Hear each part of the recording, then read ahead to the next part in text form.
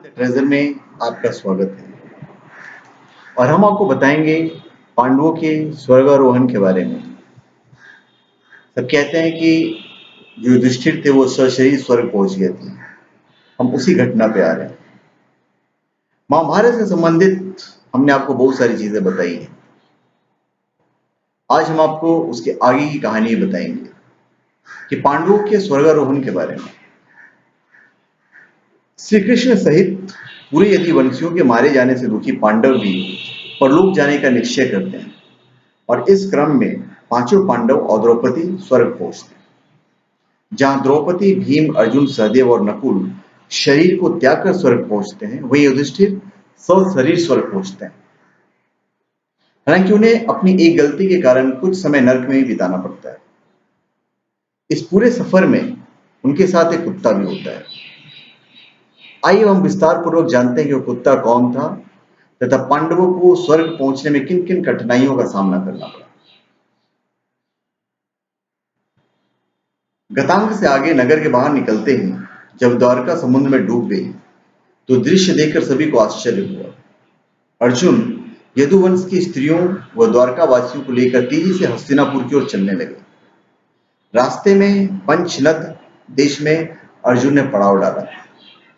वहां रहने वाले लुटेरों ने जब देखा कि अर्जुन अकेले ही इतने बड़े जन समुदाय को लेकर आ रहे हैं तो धन के लालच में आकर उन्होंने उन पर हमला कर दिया। अर्जुन ने लुटेरों को चेतावनी दी, लेकिन फिर वे नहीं माने और लूटपाट करने लगे। तब अर्जुन ने अपने दिव्य अस्त्र शस्त्रों का स्मरण किया, लेकिन उनकी स्मरण शक्ति लुप्त हो गई। अर्जुन ने देखा कि कुछ ही देर में उनकी तरकश के सभी बाण भी समाप्त हो गए। तब अर्जुन बिना शस्त्र से ही लुटेरों से युद्ध करने लगे, लेकिन देखते देखते लुटेरे बहुत सा धन और स्त्रियों को लेकर भाग गए। अस्त्रों का ज्ञान लुप्त हो गया, धनुष पर काबू नहीं चलता था, अच्छे बाण भी समाप्त हो गए। यह देखकर अर्जुन को बहुत दुख हुआ। जैसे तैसे अर्जुन यदुवंश की बची हुई स्त्रियों और बच्चों को लेकर कुरुक्षेत्र पहुंचे। वहां आकर अर्जुन ने वज्र, कृष्ण का जो पोता था, अर्जुन ने वज्र को इंद्रप्रस्थ का राजा बना दिया। रुक्मणी, सैव्या, हेमवती तथा जामवंती आदि रानियां अग्नि में प्रवेश कर शेष वन में तपस्या के लिए चली गई। बूढ़े, बालकों और अन्य स्त्रियों को अर्जुन ने इंद्रप्रस्थ में रहने के लिए कहा। महर्षि वेद व्यास ने पांडवों को परलोक जाने का विचार किया। वज्र को इंद्रप्रस्थ का राजा बनाने के बाद अर्जुन महर्षि वेद व्यास के आश्रम में पहुंचे। यहां आकर अर्जुन ने महर्षि वेद व्यास को बताया कि श्री कृष्ण, बलराम सहित सारे यदुवंशी समाप्त हो चुके हैं। तब महर्षि ने कहा कि यह सब इसी प्रकार होना था, इसलिए इसके लिए शोक नहीं करना चाहिए। तब अर्जुन ने यह भी बताया कि किस प्रकार साधारण लुटेरे उनके सामने यदुवंश की स्त्रियों को हर कर ले गए और वे कुछ भी नहीं कर सके। अर्जुन की बात सुनकर महर्षि वेदव्यास ने कहा कि वे दिव्य अस्त्र जिस उद्देश्य से तुमने प्राप्त किए थे वह पूरा हो गया, अतः वे पुनः अपने स्थानों पर चले गए।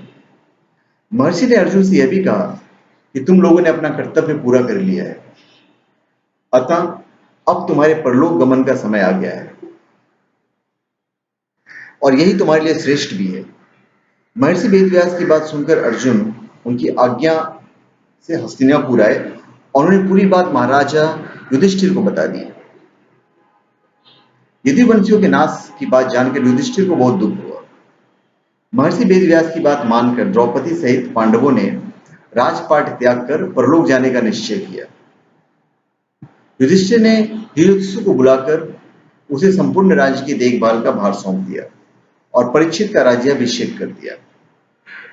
युधिष्ठिर ने सुभद्रा से कहा कि आज से परीक्षित हस्तिनापुर का तथा वज्र इंद्रप्रस्थ का राजा है, अतः तुम इन दोनों पर समान रूप से स्नेह रखना।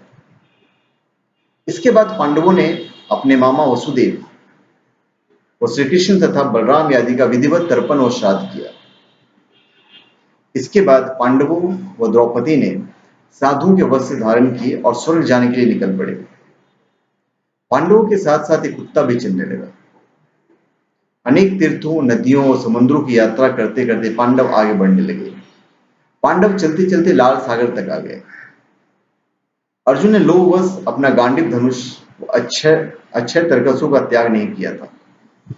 तभी वहां अग्निदेव उपस्थित हुए और उन्होंने अर्जुन से गांडीव धनुष और अच्छे तरकसों को त्याग करने के लिए कहा। अर्जुन ने ऐसा ही किया।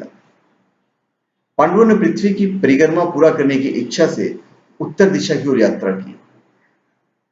सबसे पहले द्रौपदी गिरी थी स्वर्ग के रास्ते से। यात्रा करते करते पांडव हिमालय तक पहुंच गए। हिमालय लांघकर पांडव आगे बढ़े तो उन्हें बालू का समुद्र दिखाई पड़ा। इसके बाद उन्होंने सुमेरु पर्वत के दर्शन किए। पांचों पांडव, द्रौपदी तथा वो कुत्ता तेजी से आगे चलने लगा। तभी द्रौपदी लड़खड़ा कर गिर पड़ी। द्रौपदी को गिरा देख भीम ने युधिष्ठिर से कहा, द्रौपदी ने कभी कोई पाप नहीं किया, तो फिर क्या कारण है कि वो नीचे गिर पड़ी? युधिष्ठिर ने कहा, द्रौपदी हम सभी में अर्जुन को अधिक प्रेम करती थी, इसलिए उसके साथ ऐसा हुआ। ऐसा कहकर युधिष्ठिर द्रौपदी को देखे बिना ही आगे बढ़ गए। थोड़ी देर बाद सहदेव भी गिर पड़े। भीमसेन ने सहदेव के गिरने का कारण पूछा तो युधिष्ठिर ने बताया कि सहदेव किसी को अपने जैसा विद्वान नहीं समझता था। इसी दोष के कारण उसे आज गिरना पड़ा है। कुछ देर बाद नकुल भी गिर पड़े। भीम के पूछने पर युधिष्ठिर ने बताया कि नकुल को अपने रूप पर बहुत अभिमान था, इसलिए आज उसकी यह गति हुई। थोड़ी देर बाद अर्जुन भी गिर पड़े। युधिष्ठिर ने भीमसेन को बताया कि अर्जुन को अपने पराक्रम पर अभिमान था। अर्जुन ने कहा था कि मैं एक ही दिन में शत्रुओं का नाश कर दूंगा, लेकिन ऐसा नहीं कर पाया। अपने अभिमान के कारण ही अर्जुन की आज यह हालत हुई है। ऐसा कहकर युधिष्ठिर आगे बढ़ गए। थोड़ी देर आगे चलने पर भीम भी गिर पड़े। जब भीम ने युधिष्ठिर से इसका कारण पूछा तो उन्हें बताया, तुम खाते बहुत थे और अपने बल का झूठा प्रदर्शन करते थे, इसलिए तुम्हें आज भूमि पर गिरना पड़ा है। यह कहकर युधिष्ठिर आगे चल दिए। केवल वो कुत्ता ही उनके साथ चलता रहा। कुत्ते को अपने साथ स्वर्ग ले जाना चाहते थे युधिष्ठिर। युधिष्ठिर कुछ ही दूर चले थे, उन्हें स्वर्ग ले जाने के लिए स्वयं देवराजेंद्र अपना रथ लेकर आ गए। जब युधिष्ठिर ने इंद्र से कहा कि मेरे भाई और द्रौपदी मार्ग में ही गिरे पड़े हैं, वे भी हमारे साथ चले, ऐसी व्यवस्था कीजिए। तब इंद्र ने कहा कि वे सभी पहले ही स्वर्ग पहुंच चुके हैं। वे शरीर त्याग कर स्वर्ग पहुंचे हैं और आप सशरीर स्वर्ग में जाएंगे। इंद्र की बात सुनकर युधिष्ठिर ने कहा कि यह कुत्ता मेरा परम भक्त है, इसलिए इसी मेरे साथ स्वर्ग जाने की आज्ञा दीजिए। लेकिन इंद्र ने ऐसा करने से मना कर दिया। काफी देर समझाने पर भी जब युधिष्ठिर बिना कुत्ते के स्वर्ग जाने के लिए नहीं माने, तो कुत्ते के रूप में यमराज अपने वास्तविक स्वरूप में आ गए। वो कुत्ता वास्तव में यमराज ही थे।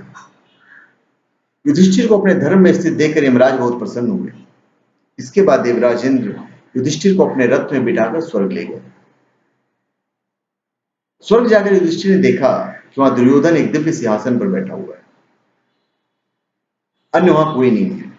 यह देखकर युधिष्ठिर ने देवताओं से कहा कि मेरे भाई तथा द्रौपदी जिस लोक में गए हैं, मैं भी उसी लोक में जाना चाहता हूं। मुझे उनसे अधिक उत्तम लोक की कामना नहीं है। तब देवताओं ने कहा कि यदि आपकी ऐसी इच्छा है तो आप इस देवदूत के साथ चले जाइए, यह आपको अपने भाइयों के पास पहुंचा देगा। युधिष्ठिर उस देवदूत के पास चले गए। देवदूत युधिष्ठिर को ऐसे मार्ग पर ले गया जो बहुत खराब था। उस मार्ग पर घोर अंधकार था। उसके चारों ओर से बदबू आ रही थी। इधर उधर मुर्दे दिखाई दे रहे थे। लोहे के चोंच वाले कौवे और गीद मंडरा रहे थे। वह असीपत्र नाम नरक था। वहां की दुर्गंध से तंग आकर युधिष्ठिर ने देवदूत से पूछा कि हमें इस मार्ग पर और कितनी दूर चलना है और मेरे भाई कहाँ हैं? युधिष्ठिर की बात सुनकर देवदूत बोला कि देवताओं ने कहा है कि जब आप थक जाएं तो आपको लौटा लाओ। यदि आप थक गए हो तो हम पुनः लौट चलते हैं। युधिष्ठिर ने ऐसा ही करने का निश्चय किया। जब युधिष्ठिर वापस लौटने लगे तो उन्हें दुखी लोगों की आवाज सुनाई दी। वे युधिष्ठिर से कुछ देर वहीं रुकने के लिए कह रहे थे। युधिष्ठिर ने जब उनसे उनका परिचय पूछा तो उन्होंने कर्ण, भीम, अर्जुन, नकुल, सहदेव, द्रौपदी के रूप में अपना परिचय दिया। तब युधिष्ठिर ने उस देवदूत से कहा कि तुम पुनः देवताओं के पास लौट जाओ। मेरे यहाँ रहने से यदि मेरे भाई को सुख मिलता है तो मैं इस दुर्गम स्थान पर ही रहूंगा। देवदूत ने यह बात जाकर देवराज इंद्र को बताई। युधिष्ठिर को स्थान पर अभी कुछ ही समय बीता था कि सभी देवता वहां आ गए। देवताओं के आते ही वहां सुगंधित हवा चलने लगी। मार्ग पर प्रकाश छा गया। तब देवराज इंद्र ने युधिष्ठिर को बताया कि तुमने अश्वत्थामा के मरने की बात कहकर छल से द्रोणाचार्य को उनके पुत्र की मृत्यु का विश्वास दिलाया था। इसी के परिणाम स्वरूप तुम्हें भी छल से कुछ देर के लिए नर्क के दर्शन करने पड़े। अब तुम मेरे साथ स्वर्ग चलो, वहां तुम्हारे भाई व अन्य वीर पहले ही पहुंच चुके हैं। देवराज इंद्र के कहने पर युधिष्ठिर ने देवनदी गंगा में स्नान किया। स्नान करते ही उन्होंने मानव शरीर त्याग करके दिव्य शरीर धारण कर लिया। उसके बाद बहुत से महर्षि उनकी स्तुति करते हुए उन्हें उस स्थान पर ले गए जहां उनके चारों भाई भीष्म, कर्ण, धृतराष्ट्र, द्रौपदी आदि आनंद पूर्वक विराजमान थे। वो भगवान का परम धाम था। युधिष्ठिर ने वहां भगवान श्री कृष्ण के दर्शन किए। अर्जुन उनकी सेवा कर रहे थे। युधिष्ठिर को आया देख श्री कृष्ण और अर्जुन ने उनका स्वागत किया। युधिष्ठिर ने देखा कि भीम पहले की तरह शरीर धारण किए वायु देवता के पास बैठे। कर्ण को सूर्य के समान स्वरूप धारण किए बैठे थे। नकुल और सहदेव अश्विनी कुमारों के साथ बैठे थे। देवराज इंद्र ने युधिष्ठिर को बताया कि ये जो साक्षात भगवती लक्ष्मी दिखाई दे रही है, इनके अंश से ही द्रौपदी का जन्म हुआ था। इसके बाद इंद्र ने महाभारत युद्ध में मारे गए सभी वीरों के बारे में युधिष्ठिर को विस्तार पूर्वक बताया। इस प्रकार युधिष्ठिर अपने भाइयों व अन्य संबंधियों को वहां देखकर बहुत प्रसन्न हुआ। तो ये थी पांडवों की स्वर्गारोहण की कहानी। तो धन्यवाद। आप हमारे चैनल पे सब्सक्राइब करें और अपने कमेंट दीजिए। धन्यवाद।